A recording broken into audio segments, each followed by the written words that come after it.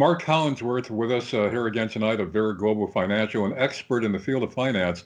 And Mark, some of the news this week was that four U.S. senators were accused of insider trading. They defended themselves, saying that they were just following the news. They had no inside information, even though they dumped their stock shortly after having an inside conference. But be that as it may, you've been telling me that it goes further than that. Actually, the SEC, the Security Exchange Commission, the commission that is the watchdog for such things as insider trading, you're saying that the commissioners themselves, the staff of the SEC, is allowed to trade, even with that inside information that they get every day. How could that be? Correct. After 2008, when they changed all the rules and regulations, under the Freedom of Information Act, it was actually discovered that the SEC had actually done investigations into Bernie Madoff and Alan Stanford prior to them actually, collapsing. And then all of a sudden they stopped the investigations. Well, after that, they actually have now reclassified the information, just like the CIA has, classified and top secret. The SEC can actually piggyback on that and actually exempt stuff, including the stock trades that the SEC members do themselves, from actually being public information under the Information Act. So there's no check and balance on the guys who are supposed to be enacting the check and balances on everybody else about insider trading. That is correct. More government hypocrisy?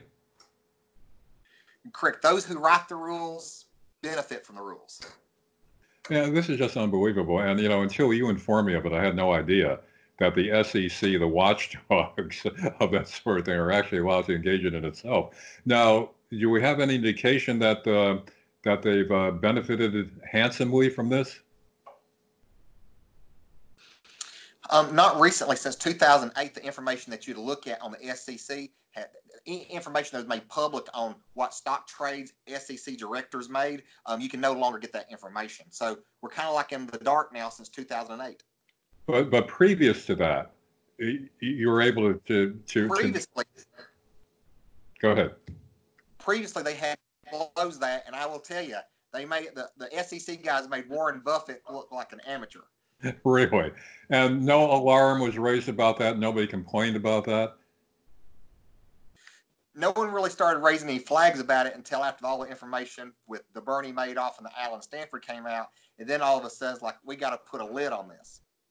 So I guess it'd be naive for me to think that our U.S. senators and Congress people who themselves have been accused of dumping stock with inside information, that they would have really been worried about preventing the SEC from doing this. It's just not the way the government of privilege works, I guess.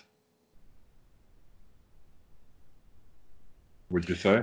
A lot of it just comes down to, congressmen, they're elected officials, but, hedge fund managers, big brokerage firms like Goldman Sachs and JP Morgan pump so much money into those offices to help them get elected. So that way they have kind of, they get to have some say in how regulations should be written, even though their firms have already positioned themselves to benefit from that future regulation.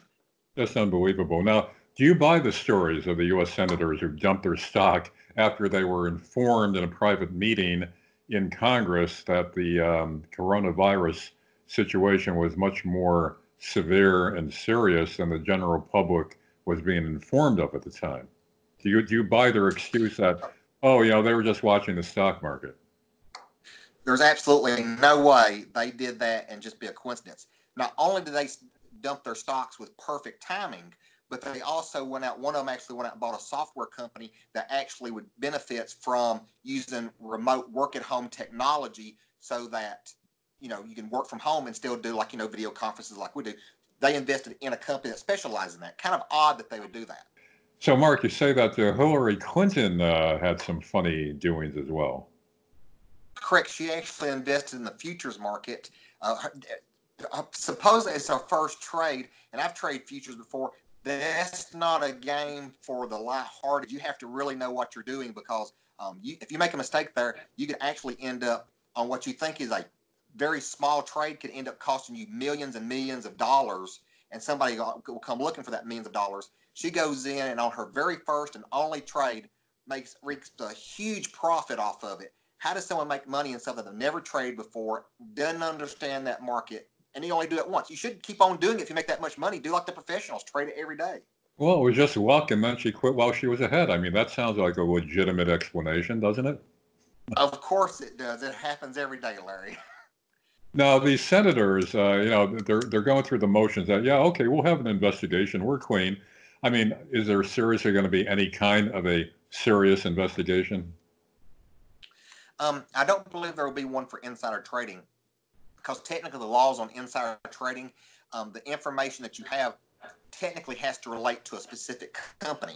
Since they had no information that relates to a specific company, but related more to the stock market in general, they probably are going to bypass the insider trading laws. So they're going to skate on all this, even though, it's obvious that it was inside information that they were trading on. Correct. There might be some ethics violations that I know Congress has put some laws in place to kind of prevent insider trading from happening. They might be in violation of some of those laws, but I've seen a lot of politicians get in trouble for stuff. And of course, your buddies are voting against you. Your buddies usually don't vote against you because they're doing the same thing and they want the favor returned to them down the road. And so it goes. I mean, Mark, realistically speaking, once in a while there's a scandal that emerges and they handle it one way or the other, and everybody ends up skating, especially if you're a big guy. The underlings are the ones that are usually thrown under the bus. So the way it works, and with this money in politics, I mean, there's really no way to correct this, is there? I mean, is there ever going to be any kind of lasting reform of such abuses by our own Congress people?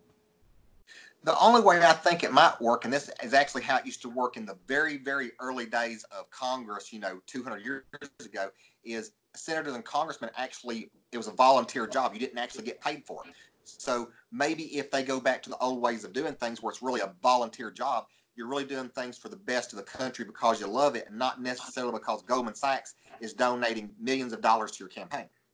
And what do you think the chances are that that'll ever happen? Very slim to none.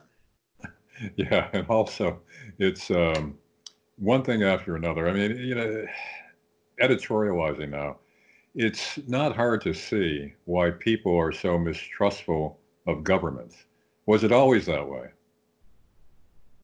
Um, if you go back, let's say, 100 or maybe 100 years ago, I really think congressmen and politicians really try to do what was best for the country.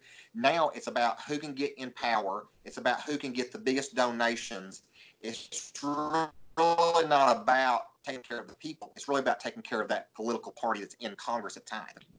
And of course, with Citizens United, that decision by the Supreme Court, where corporations are allowed to give unlimited amounts of money to the politicians as campaign contributions, which is really legalized bribery, as long as that ruling by the Supreme Court stands, is not overturned, fat chance of that, as long as that ruling is governing the situation, money is always going to talk in politics and control the politicians who receive those campaign contributions, correct?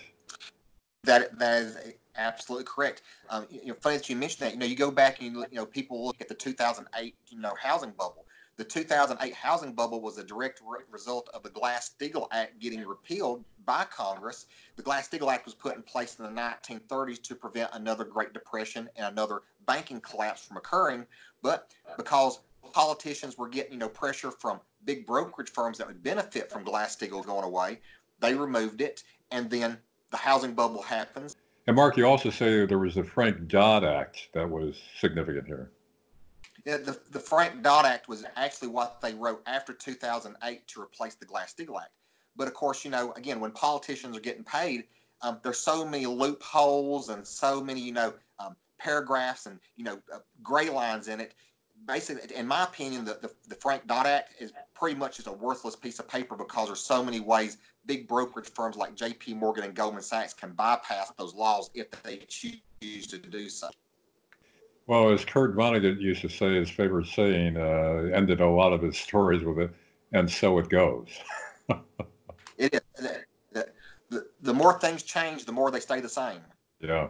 All right, Mark Collinsworth of Vera Global, thanks once again for your perspective on the way things really work, not the way we're told that they work. Mark, thanks for being with us.